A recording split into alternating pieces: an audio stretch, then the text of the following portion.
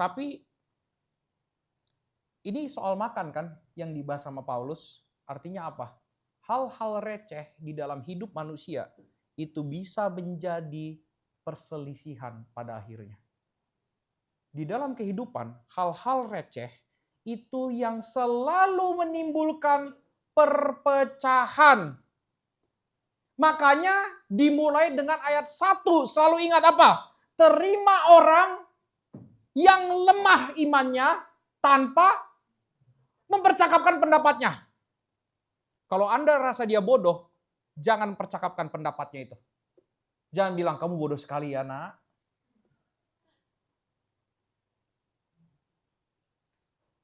Itu sudah menghakimi sekali. Atau sudah menghina sekali kepada dirinya.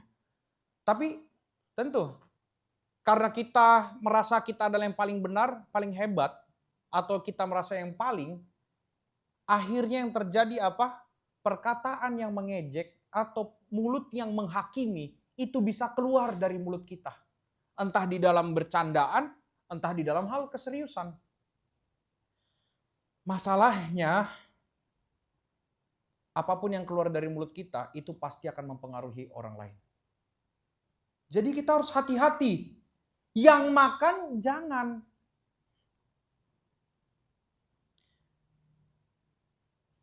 Nah makanya kita harus tentu melihat kepada salib Kristus. Kalau kita bilang mengasihi itu artinya menerima, perhatikan Yesus di kayu salib pernah mengatakan satu kalimat yang sangat indah. Ya Bapa, ampunilah mereka, sebab mereka tidak tahu. Itu bukankah refleksi dari Roma 14 ayat 1? Terimalah orang yang lemah imannya tanpa. Kalau Yesus mau mendebatkan seluruh kelakuan kita, habis kita. Kalau Yesus mau mendebat seluruh keberdosaan kita, habis kita. Tapi apa yang dia sampaikan kepada Bapa? Permohonan apa yang dia sampaikan di kayu salib? Ya Bapa, ampunilah mereka. Ampunilah. Ini saya. Kita semua. Yesus memohon ampun untuk kita kepada Bapa. Karena kita nggak tahu apa yang kita perbuat. Dia menerima kita tanpa mempercakapkan kebodohan-kebodohan kita. Tanpa mempercakapkan kelemahan-kelemahan kita. Dia bilang ampunilah. Jadi makanya ketika kita diampuni oleh Bapa, kelemahan-kelemahan kita tidak lagi dibicarakan. Kita sadar gak? Tuhan mengampuni kita, maka kemudian tidak lagi dia membicarakan kelemahan-kelemahan kita. Itulah makanya ada perkataan, jauh ke dalam tubir laut, ia telah melempar dosa kita. Tapi kita sebagai manusia, kesalahan orang lain, atau hal yang berbeda antara satu dengan yang lain, sering justru menjadi bahan perpecahan. Makanya Yesus di sini menekankan kepada kita, terima. Paulus menekankan ya, terima orang yang lemah imannya. Coba katakan kepada kanan kirimu, tidak usah katakan. Coba lihat kanan kirimu dan katakan dalam hatimu, saya akan berusaha menerima engkau. Saya akan berusaha menerima engkau.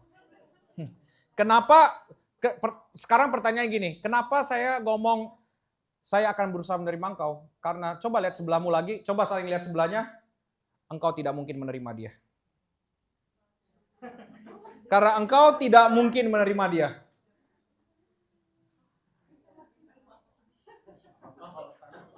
Coba. Re sama Z paling menerima ya. Iya loh.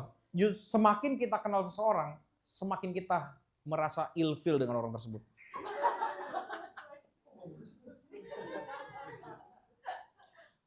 Makanya, itulah indahnya kasih. Menerima pun perlu usaha.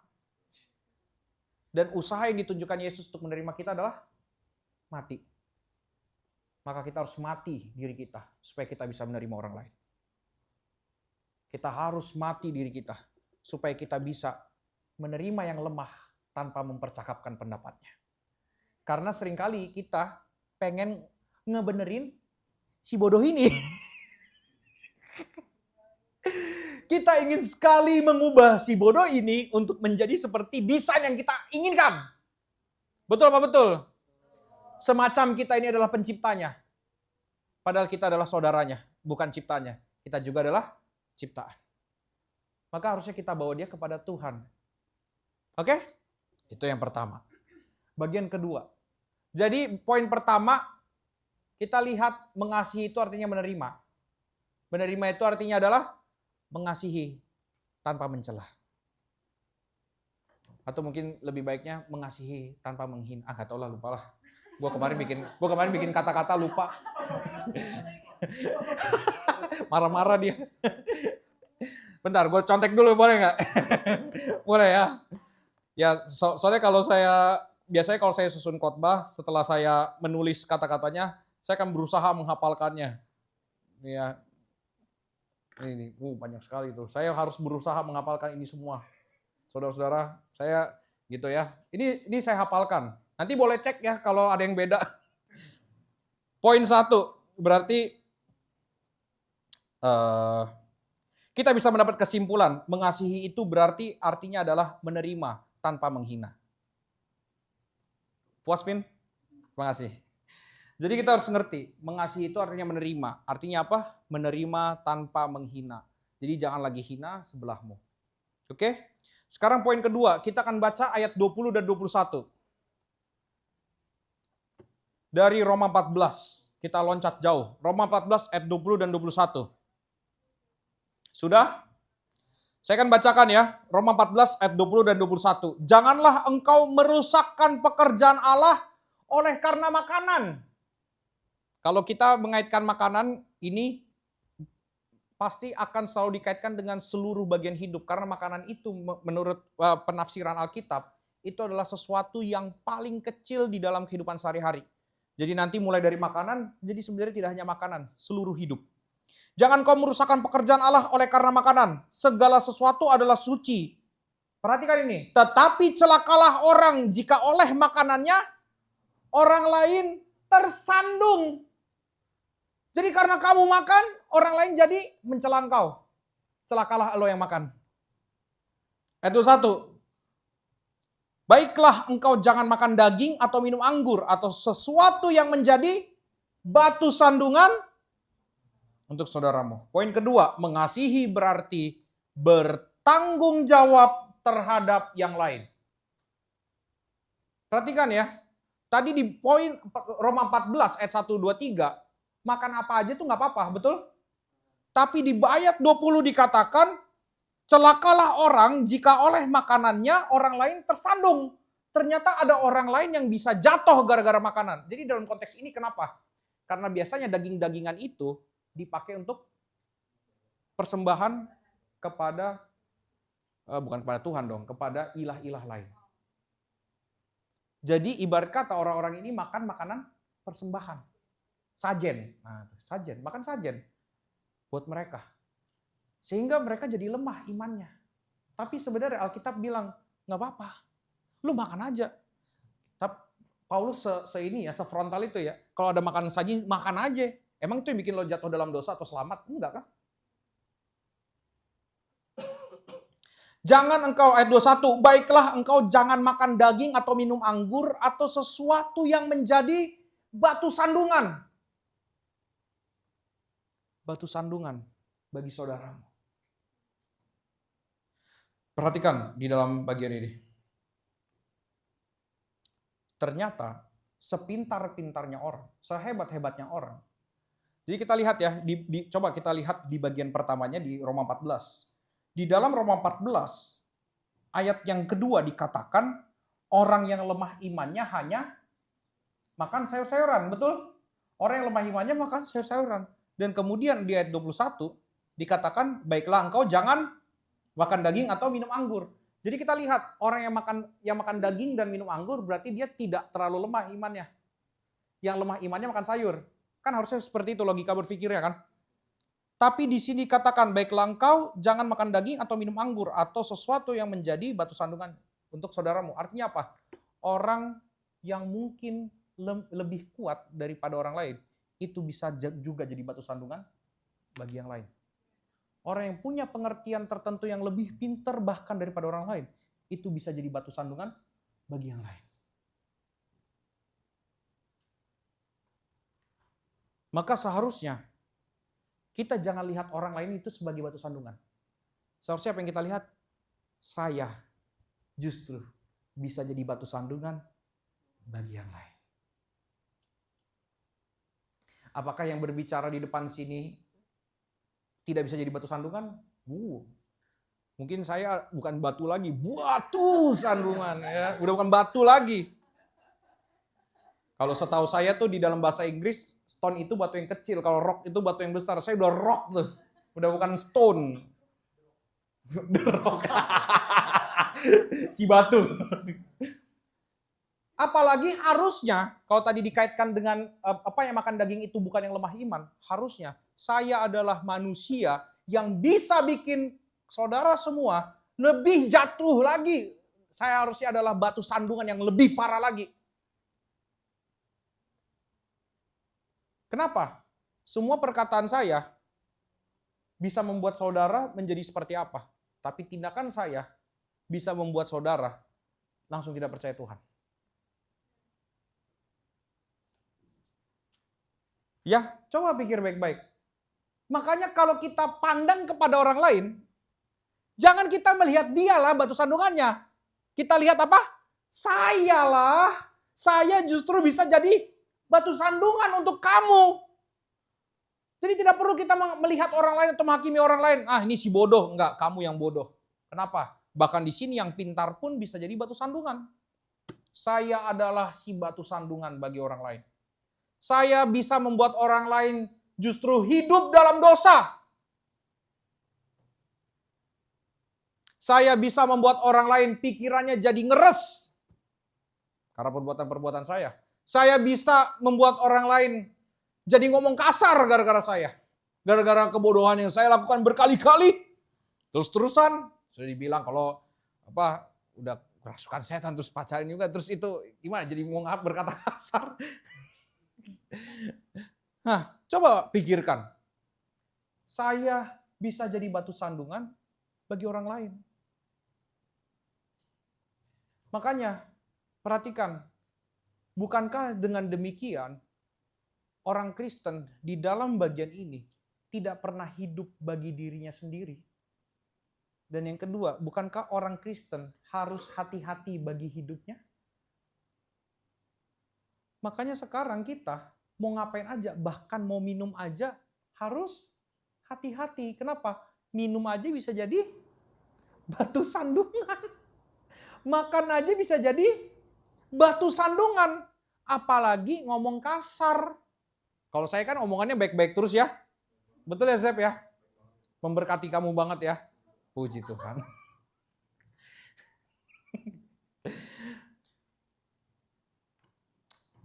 Ya sudah berapa banyak orang yang kecewa dengan perkataan-perkataan saya ya tentunya ya.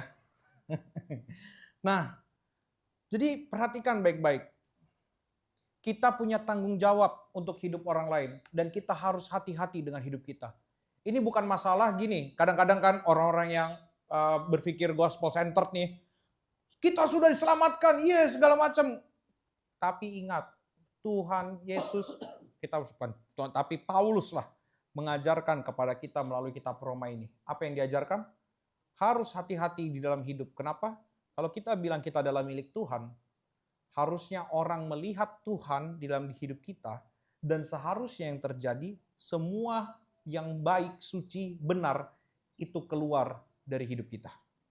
Dan ketika yang baik, yang suci, yang benar, yang mulia, itu keluar dari hidup kita, maka Yesuslah yang terlihat dari hidup kita. Maka kalau kita bilang kita anak Tuhan, tapi yang keluar, balik lagi ke Roma 13, di situ ada, di dalam Roma 13, di situ ada kata apa di ayat 13. Di situ kan marilah kita hidup sopan seperti siang hari, tapi kita malah tidak sopan, terus hidup dalam pesta pora, kemabukan, percabulan, hawa nafsu, perselisihan, iri hati. Bagaimana mungkin Yesus bisa terlihat dan kita bilang kita adalah orang yang sudah percaya kepada Yesus? Ya, hati-hati dengan perselisihan, iri hati, percabulan, hawa nafsu, mabuk, pesta pora, dan hidup tidak sopan. Jadi perhatikan, janganlah lihat orang lain terlebih dahulu. Lihatlah kepada diri saya dan berpikirlah. Ini yang harus ada dalam pikiran kita, semua kita. Yaitu apa? Saya bisa jadi batu sandungan bagi yang lain. Nah, karena saya bisa jadi batu sandungan bagi orang lain, saya pada siang hari ini ingin mengajak semuanya untuk melakukan sesuatu yang menarik dan unik ya. Nanti coba lakukan ini. Kita lakukan ini selama 5 menit saja. Setelah itu khotbahnya selesai. Apa yang akan kita lakukan? Yang perempuan ke yang perempuan, yang laki-laki yang ke laki-laki ya. Jangan perempuan ke laki-laki karena saya tahu Anda modus. Di sini tolong jangan ada modus-modus operandi seperti itu. Apa yang lakukan? Coba.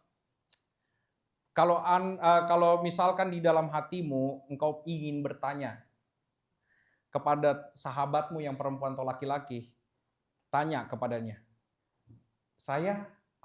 Apakah hidup saya pernah jadi batu sandungan buatmu? Nah, terus nanti mungkin temannya jawab, iya, mungkin kamu pernah gini. Nah, dengar tanpa mempercakapkan pendapatnya. Kita akan coba latih ini sama-sama. Jadi habis itu sudah selesai. Dan setelah itu jangan dibahas lagi. Oke? Mengerti semua perintahnya? Jadi paling satu orang paling cuma semenit paling lama. Ya. Jadi Anda bisa datang ke banyak orang. Silakan yang laki-laki ke yang laki-laki, yang perempuan ke yang perempuan. Waktu Anda 5 menit dimulai dari sekarang. Anda yang datang, Anda yang datang ke siapa? Ayo. Harusnya yang banyak ke Jevanya sih. Yang banyak harusnya ke Jevanya sih.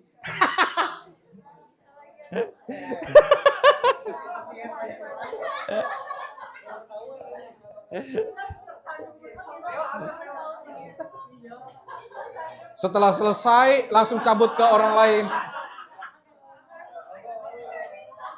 Ayo, berdua dulu. Ayo, ngantri.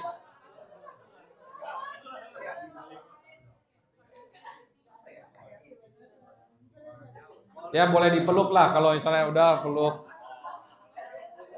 Tolong jangan berpikir ini saatnya Anda balas dendam ya. Tolong, ini bukan kesempatan Anda. Ayo, mari.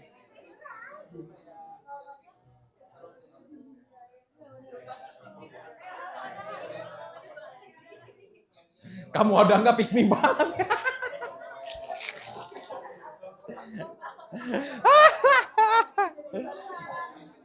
Jangan didebatkan, jangan mempertanyakan pendapatnya.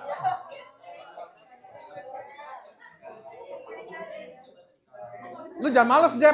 Berdiri, ini laki-laki semua di sini. Acen juga, ayo. Jepri mungkin bingung, gak apa-apa sih. Tuh dulu, Jep.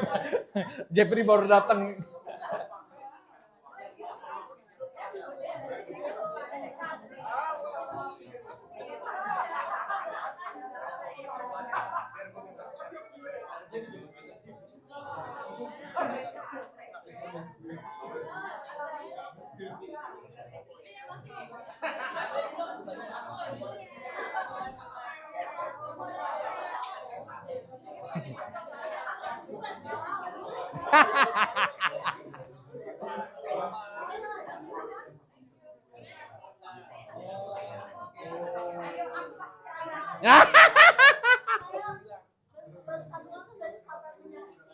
Ya terserah, kalau kalian menganggap itu batu sandungan silakan, nggak harus, mungkin tidak menyakiti, mungkin menyakiti.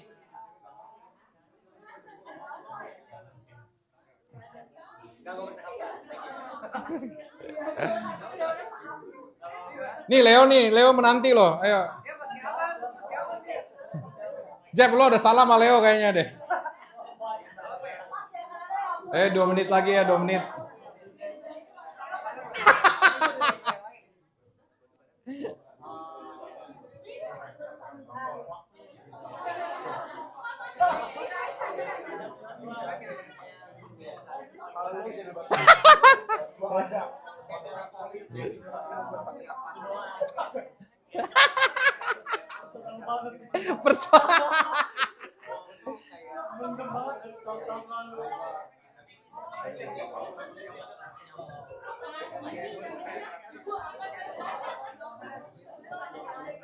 Ingat, ini bukan kesempatan Anda untuk balas dendam ya, tolong. Ini cuman pengakuan. Gua apa tuh 2? Oh, 2 menit. Timekeeper yang baik sekali oleh kiper-kiper kita. Wakabayashi dan Wakashimatsu.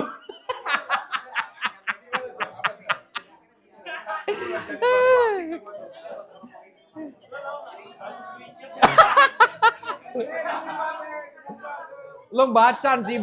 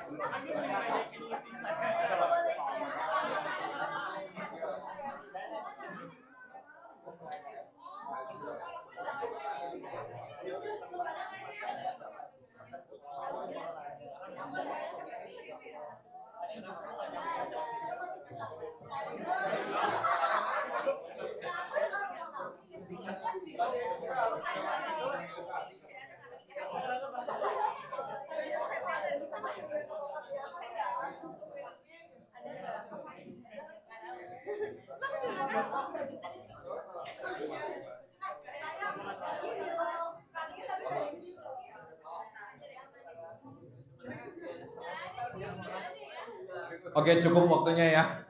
Oh, semenit, masih semenit, silakan. Ayo, puas-puasin, ayo.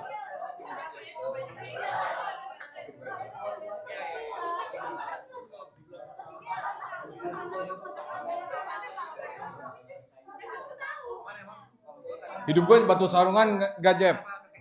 Pasti ya, makasih ya Jeb ya, udah jujur.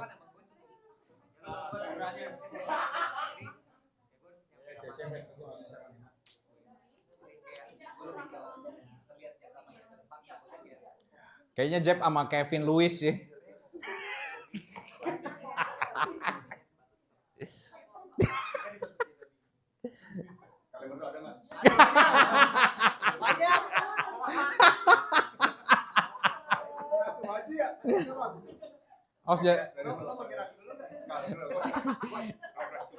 Ayo nih Fajar Set Boy melawan Frimawan.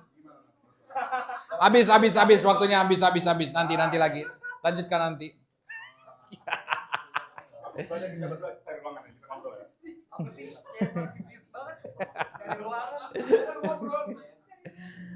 Aduh. Ternyata iya kan? Kita adalah batu sandungan bagi orang lain. Ada pasti hal-hal yang membuat orang lain itu terluka karena kita, atau jadi mempertanyakan, lu tuh orang Kristen bukan? Atau jadi mempertanyakan sebenarnya Tuhan tuh benar-benar ada apa enggak? Bahkan mungkin sampai di situ. Makanya perhatikan ya, saya bisa jadi batu sandungan bagi yang lain. Maka di poin kedua ini kita harus dengan mengerti hal itu, kita harus mengingat mengasihi itu adalah hidup yang penuh tanggung jawab. Kalau kita bilang kita hidup penuh tanggung jawab, artinya apa? Orang lain, kenapa kita harus bertanggung jawab? Karena orang lain bisa jatuh gara-gara saya. Kalau saya tidak bertanggung jawab atas hidup saya di hadapan Tuhan, maka orang lain pun bisa hancur. Kristen tidak pernah menjadi agama, menjadi membuat kita memiliki sikap hidup yang hidup bagi diri sendiri dan hanya untuk diri sendiri. Makanya kalau kita hanya mau seenaknya atau hanya mau bagi diri kita sendiri, Anda tidak cocok dengan Kristen. Kristen kita harus memperhatikan yang lain. Cara salah satu memperhatikan yang lain adalah perhatikan hidup Anda. Harus perhatikan bagaimana kita hidup. Jadi bertanggung jawablah untuk hidup yang Anda jalani, supaya apa? Orang lain ketika melihat Anda, dia tahu dia dikasihi karena Anda bertanggung jawab atas hidupnya dia. Mari kita berdoa.